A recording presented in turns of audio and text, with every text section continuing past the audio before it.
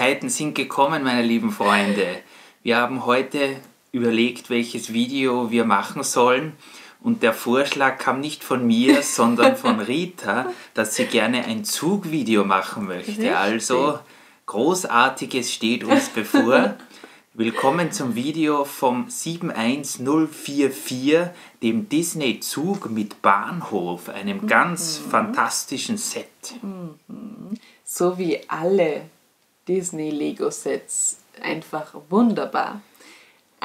Und das ist wirklich einer meiner Favoriten. Lass ihn doch noch eine Runde fahren, damit wir sehen, wie er Zug. in seiner vollen Pracht aussieht. Er wird übrigens gesteuert durch die App. Also falls ihr euch fragt, wie wir das machen, wir steuern das mit der App. Wir sind ganz modern heute. Richtig. Und das Coole ist, ich habe euch ja letztens schon bei unserem Wettrennen gezeigt, dass wir das oder verschiedene Züge mit der App steuern können. Und lustigerweise beim Disney-Zug sind die ganzen extra Geräusche, bis auf das Klingeln, das ich dann noch extra eingespielt habe, werden von selbst gemacht. Ja, dann lass ihn doch noch eine Runde fahren, damit wir hören, wovon du sprichst. Cool, oder? Das heißt also, diese Geräusche macht nicht der Zug selbst, sondern das macht dein Handy. Ja.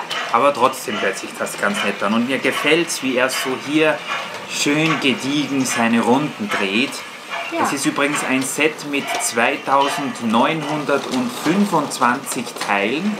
Ja. Also doch sehr groß, hat einen Listenpreis von 330 €. Also es ist eines der teuersten Lego-Sets, die es überhaupt gibt. Wir haben ihn letztes Jahr mal bei einem Angebot gekauft zum Black Friday, hat ihn Lego mal um ungefähr 30% günstiger hergegeben. Das ist bei dem Preis schon einiges, da kostet er ungefähr einen Hunderter weniger. Und wir erfreuen uns sehr an dieser schönen Eisenbahn. Lego bringt ja in der letzten Zeit nicht mehr so viele Eisenbahnen auf den Markt, aber wenn, dann sehr spezielle. Und deswegen haben wir uns gedacht, wir lassen ihn ja sonst immer in unserem Vergnügungspark fahren, aber heute sind wir mal, wir haben ihn abgebaut für euch und haben ihn hier präsentierbereit aufgestellt, damit wir ihn euch ein bisschen zeigen können. Genau, und nachdem ja derzeit in Disneyland leider dieser Zug gar nicht fahren darf, habe ich mir gedacht, dann wenigstens bei uns zu Hause. Es ist eine Originalvorlage und zwar gibt es diesen Bahnhof und diesen Zug auch, hoppala, im Disneyland in Kalifornien. Genau, wo wir zwar noch nicht waren, aber hoffentlich doch Das bald. wird sich bald schon mal ergeben, dass wir gemeinsam hinfahren. Es sind ungefähr, oder was heißt hier ungefähr, es sind genau 5 Figuren bei dem Set dabei. Genau. Und zwar alle inspiriert von irgendwelchen Disney-Charakteren. Wir haben hier einerseits Den Goofy. Dann haben wir Mickey Mouse, aber in einer speziellen Montur, das ist nicht normal. Denn er steuert den Zug. Genau, er ist der Zugführer und hat deswegen eine spezielle Zugführerausrüstung an. Dann haben wir seine Freundin Minnie mit diesem coolen Kleidchen. Genau, die hat nämlich aus Stoff da so ein Röckchen. Nur zum Vergleich, ich habe hier von der Minifiguren-Serie auch noch die Minnie Maus hier. Und wie ihr seht, im Vergleich dazu, die hat eben so ein Plastikröckchen, was mir nicht ganz so gut gefällt wie dieses hier aus Stoff. Aus Stoff, ganz original. Genau. Und dann haben wir die beiden Kollegen Chip und Chap oder A-Hörnchen und B-Hörnchen, je nachdem, wie ihr sie nennen wollt. Die, was machen die eigentlich? Ich glaube, die betreuen im hinteren Zugteil die Fahrgäste und servieren Getränke und Snacks. Also das ist ganz was Tolles. Die kontrollieren die Tickets und vielleicht. kontrollieren vielleicht die Tickets, genau. Also das sind die 5 Figuren, die beim Set dabei sind, alle inspiriert von der Disney-Serie. Ihr werdet später gleich sehen, hier in diesem Passagierwaggon haben wir ein paar andere Figuren hineingetan. Da haben wir einige mehr drinnen. Aber zuerst würde ich sagen, schauen wir uns die Lokomotive an, die ganz toll ist. Ja. Und zwar, wie gesagt, ihr könnt euch gerne Bilder ansehen vom Zug aus dem Disneyland in Kalifornien. Das ist eine ganz klassische Dampflokomotive. Erinnert mich an manchen Stellen ein bisschen an den Smaragd-Express hier mit diesem dunklen Grün. Auch cool hier mit diesem Schornstein und der Glocke, die hier so schön dargestellt ist. Auch hier, keine Ahnung, ich kenne mich bei Eisenbahnen dann auch nicht so gut aus, was das hier sein soll. Das ist vielleicht vom Dampfkessel irgendein Ablassventil, damit er, wenn er Vollgas fährt, nicht zu heiß wird. Und dann auf der Rückseite sehen wir, da kann man aufklappen, in Mickeys Büro hinein, genau, in seinen Arbeitsplatz. Da hat er hier den großen Deckel vom Dampfkessel, wo er die Kohle nachschütten muss. Und ja, sonst ist eigentlich da nicht so viel drinnen. Und ihr seht schon, das gefällt mir eigentlich nicht so gut an dieser Lokomotive. Und zwar ist hier dieser ganze untere Teil beweglich. Ich glaube, das war bei dem Smaragd Express auch schon so, wenn ich mich nicht täusche.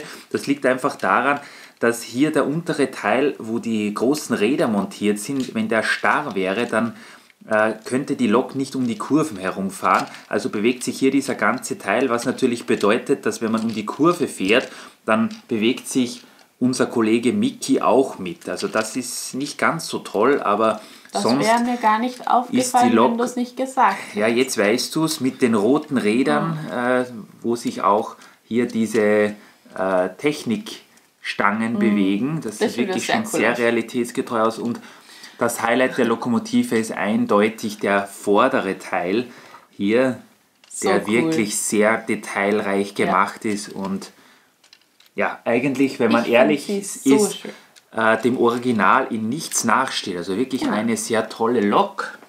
Ja, definitiv. In die wir jetzt gleich mal unseren Freund Mickey hineinsetzen können.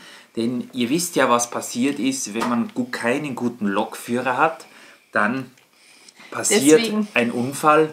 Und das wollen wir nicht nochmal. Deswegen fahre auch heute ich. Es sind auch in dieser Batteriebox hier, wir kommen gleich dazu, brandneue Batterien drinnen, die bestimmt wieder genug Saft hätten, hier diesen Zug zum Entgleisen zu bringen. Aber ich bekomme heute keine Fernbedienung in die Hand gedrückt.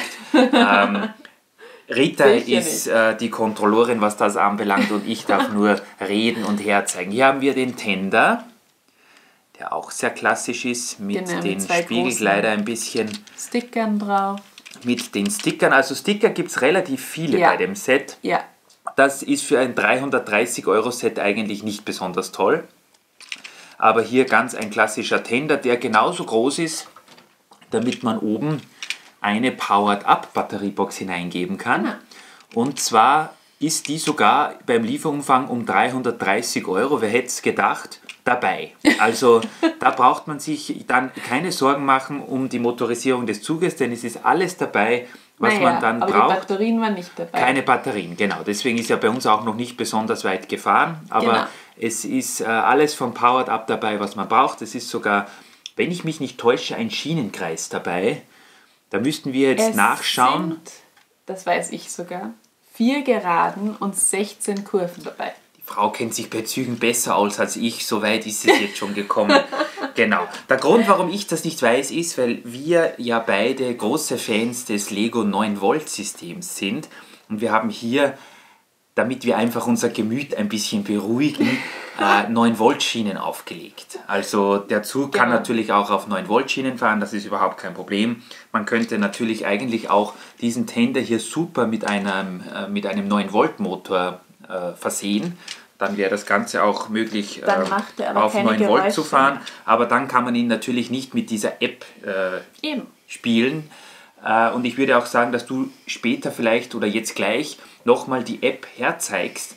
Denn Lego hat sich da mit Disney zusammengetan und in der App eine spezielle Auswahlmöglichkeit für diesen Disney-Zug überlegt. Also wenn du das vielleicht kurz mal herzeigst. Zuerst kann man mal überhaupt den Disney-Zug auswählen. Also da kommt man dazu, wo dieses Batmobil und glaube ich auch einige Lego-Technik-Sets dabei sind. Und dann kann man sich entscheiden, ob man in einem Winter Wonderland quasi fahren möchte oder ganz normal. Und ich habe mich eben nicht für Winter entschieden, denn es ist doch so schön frühlingshaft draußen. Ganz genau. Und da habe ich mir gedacht, Winter hatten wir jetzt genug. Rund um das Disneyland, aber nicht im Schnee, und das sieht dann folgendermaßen aus. Also da ist sogar ein Plan von Disneyland abgebildet. Und das Coole ist eben, man kann dann verschiedene Geräusche extra machen. Überhaupt die Musik einschalten, das finde ich ja das Schärfste überhaupt. Das ist mir dann aber doch fast auch ein bisschen viel. Hoffentlich bekommen wir jetzt keinen Copyright-Strike, weil die Musik von Disney lizenziert ist. Aber ja, ich hoffe mal, dass das nicht passieren wird. Die App ist auf jeden Fall so ganz cool und man kann natürlich den Zug auch mit dieser kleinen weißen Fernbedienung steuern. Das ist auch kein Problem. Aber da gibt es ja dann keine Geräusche. Stilechter mit Musik und dem Ganzen ist es natürlich so besser. Genau. Also macht das auf jeden Fall Spaß. Wir kommen zum nächsten Zug und zwar ist das dieser Schauwaggon, dieser Passagierwaggon. Übrigens, was wir noch gar nicht erwähnt haben, dieser Zug ist 8 Stads breit. Das heißt, er ist, wenn ihr euch den mal im Querschnitt ansieht, ziemlich breit und ja, breiter als jeder andere Zug, den Lego bis jetzt auf den Markt gebracht hat. Aber das muss ja auch so sein, denn es sollen ja die Leute drinnen sitzen. Genau, also ich wollte nur damit sagen, dass wenn ihr den Zug in euer Layout integrieren wollt, dann müsst ihr ein bisschen darauf achten, da hier, ihr seht unten die Räder, der Waggon steht schon ganz schön drüber, links und rechts, also der ist um einiges breiter als die normalen. Hier ist er sogar, ich glaube, fast 9 Noppen breit, weil ja hier auf der Seite sogar, hoppala, noch diese Fliesen sind und er ist schon wieder entgleist, aber er ist zum Glück nicht vom Tisch gefallen. Aber sonst ist es doch auch immer super, wenn die Männer sagen, etwas ist noch größer und noch... Natürlich, auch wie bei Autos zum Beispiel. Eben, und größere dann Autos wäre sind dann besser jetzt als das kleinere Problem. Autos. Also Ein kleiner Blick, also wie gesagt, in Disneyland funktioniert das so, dass die Fahrgäste hier in diesem Passagierabteil Platz nehmen können und die schauen nicht nach vorne, sondern sie schauen auf die Seite. Wir haben ja jetzt schon mal Figuren drin positioniert, da der Zug ja schon vorbereitet wurde für unseren Vergnügungspark in unserer Stadt.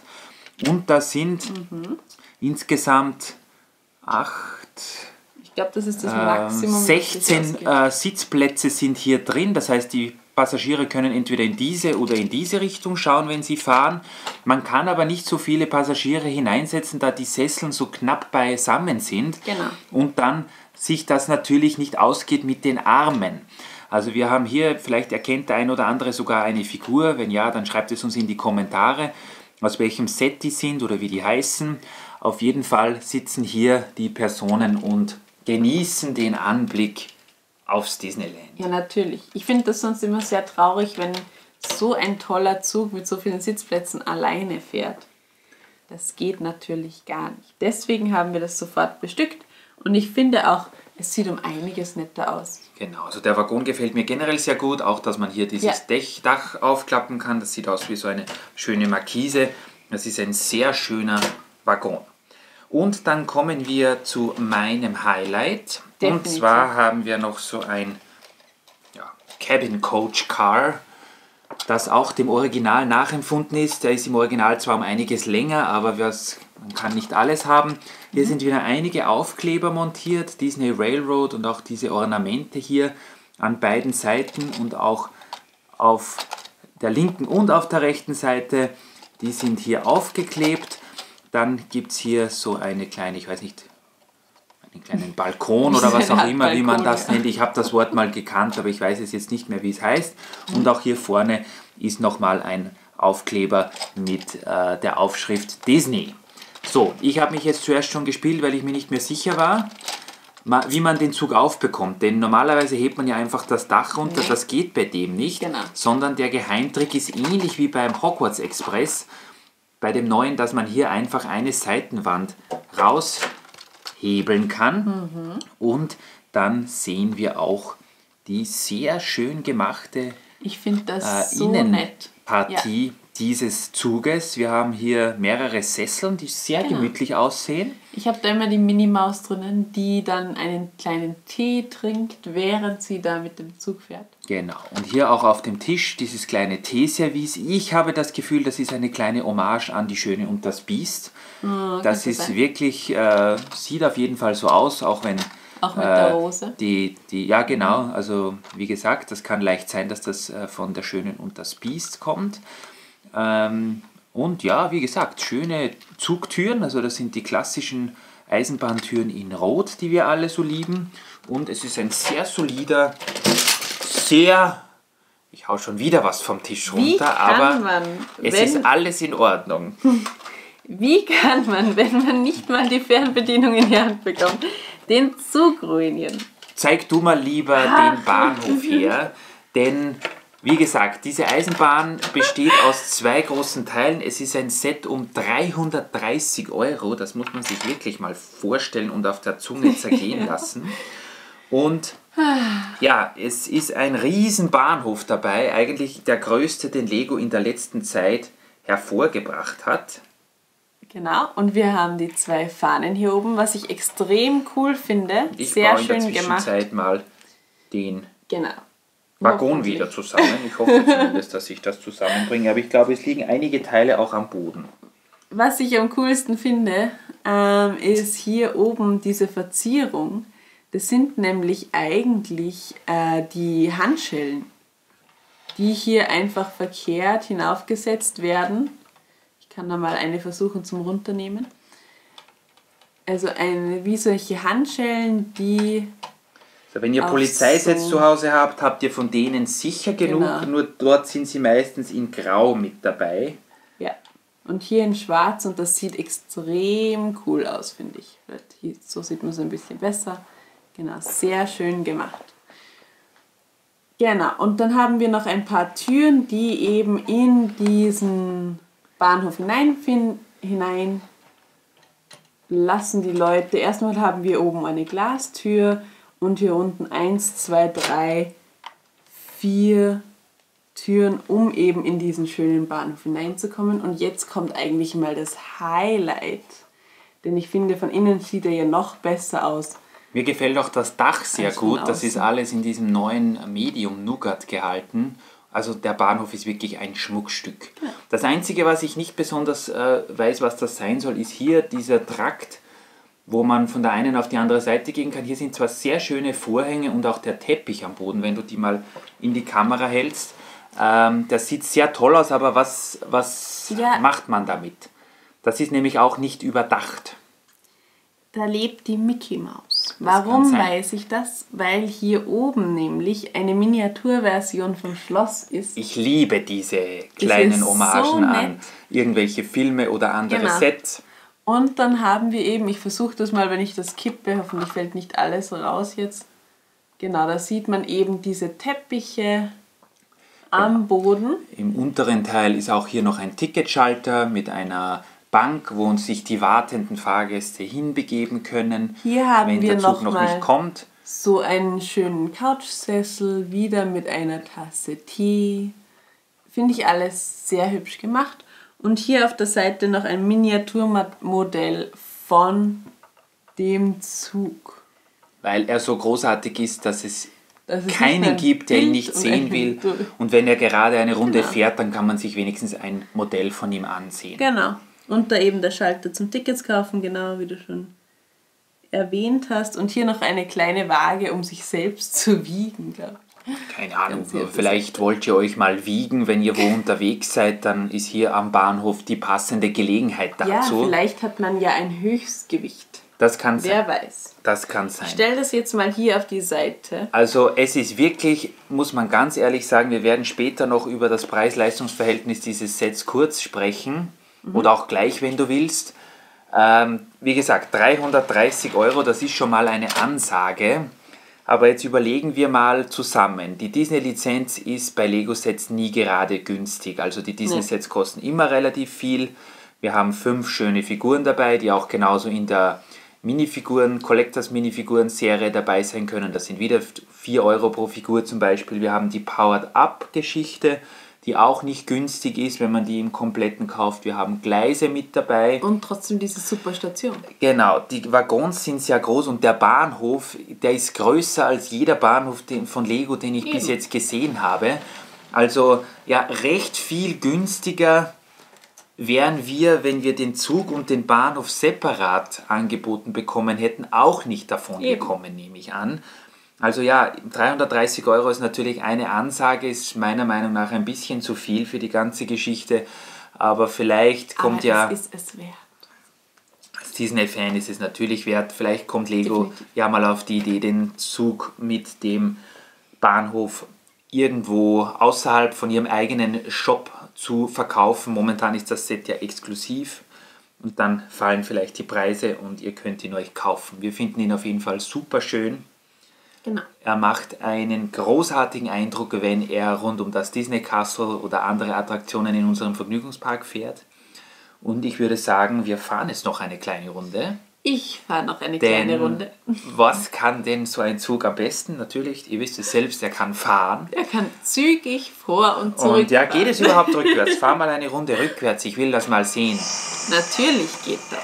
Er kann auch rückwärts fahren. Aber natürlich gefällt er mir besser, wenn er vorwärts fährt. Und er kann auch vorwärts fahren. Aber wir fahren bitte nicht zügig, denn wir wollen nicht nochmal. Also eines muss ich schon sagen, er gleitet auf jeden Fall sehr elegant und gemächlich über die Gleise. Das ist wirklich was Tolles. Auch wie sich hier diese Kolben mitbewegen. Ach, Freunde, das ist schon ein Lego-Set, mit dem man sich anfreunden kann, ganz ehrlich. Also ich muss sagen, neben dem Hogwarts-Zug der beste Lego-Zug, den es gibt. Okay, du findest den Hogwarts-Zug noch besser.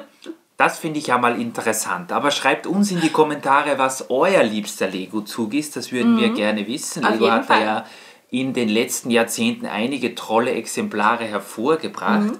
Wir werden jetzt noch ein bisschen testen, wie lange die Batterien in so einem Zug halten und noch die ein oder andere Runde fahren. Genau. Und unseren Gästen hier noch ein bisschen was vom Disneyland zeigen. Auf jeden Fall. Und dann hoffen wir, dass ihr wieder mal mit dabei seid bei einem Zugvideo oder einem Video einer anderen Art. Auf jeden Fall irgendwas mit Lego wird es sein. Wir beide sind vielleicht auch mit dabei. Und dann sehen wir uns ja demnächst sicherlich mal wieder. Auf jeden Fall. Und jetzt geht es, glaube ich, noch eine Runde hier am Tisch weiter oder auch in unserer Stadt. Wir werden sehen. Da bin ich mir ganz sicher. Bis zum nächsten Mal, Leute. Tschüss. Tschüss.